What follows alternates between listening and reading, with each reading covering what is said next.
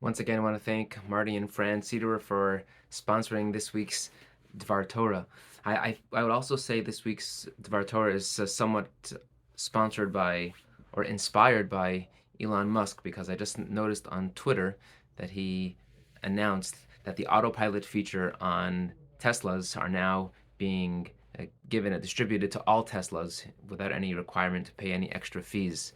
And the autopilot is something that the idea, the concept of being on autopilot is something that I wanted to explore a little bit. You see, every 3 years, there is this concept, this mitzvah of vidui meiser, that we make this declaration that I fulfilled the mitzvahs, I've done the truma, and I've done the meiser and the meiser sheni or the meiser ani, and now I've done what I was supposed to do, and you make this declaration, and life goes on. It's a mitzvah of doing vidui meiser. The funny thing is that when we think of the word vidui, we think of a supplication for a sin.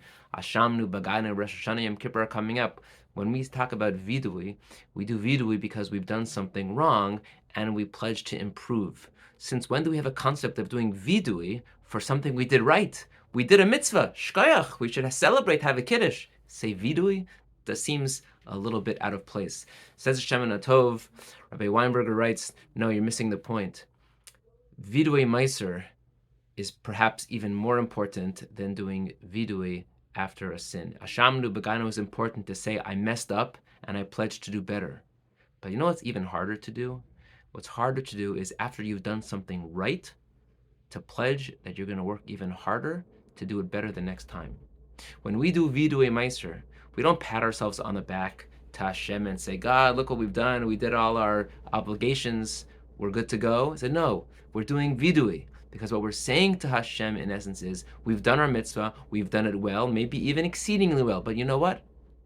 There's always room for improvement. We're going to do it even better the next time. Mi ya'aleh b'har Hashem u'mi yakum bimkom kodsho. I've mentioned this numerous times. It's one thing to get to the mountaintop. It takes hard work and effort. And when you get to the top, it's the greatest feeling. But what's even harder than getting to the mountaintop is mi yakum bimkom kodsho. Who can sustain it? Can you stay there? I always say that if you never repeated as a world champion, you can't be listed as one of the greatest teams ever. In order to solidify or cement your team's status as the greatest ever, you have to repeat, because repeating is what separates the champions from, I wouldn't say the frauds, but the ones who are less worthy. The great ones are the ones that are able to sustain it. If we live our lives on autopilot, that might be great for many people. We achieve success, we just set it and ignore it, leave it alone, and we're doing well. Okay, to a certain degree, for many people that might make them happy, might be satisfactory.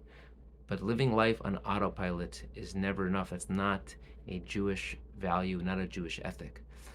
Our goal is to always look at what we've done and say, I've done it well, I've even done it great. But you know what? I can always figure out a way to do it even better.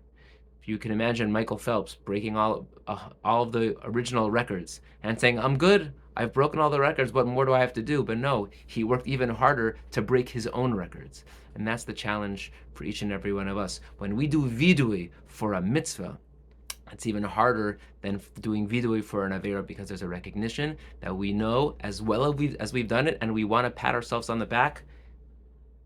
We're not ready to rest yet. We're going to work even harder. And hopefully in these days of Chodesh Elul, as we prepare for Rosh Hashanah and Yom Kippur, we remember all of the good things that we've done, and we're happy about the many mitzvahs that we've accomplished, but we're also hungry. We're hungry to do them again next year with more zeal, more alacrity, and not on autopilot. Have a wonderful Shabbos.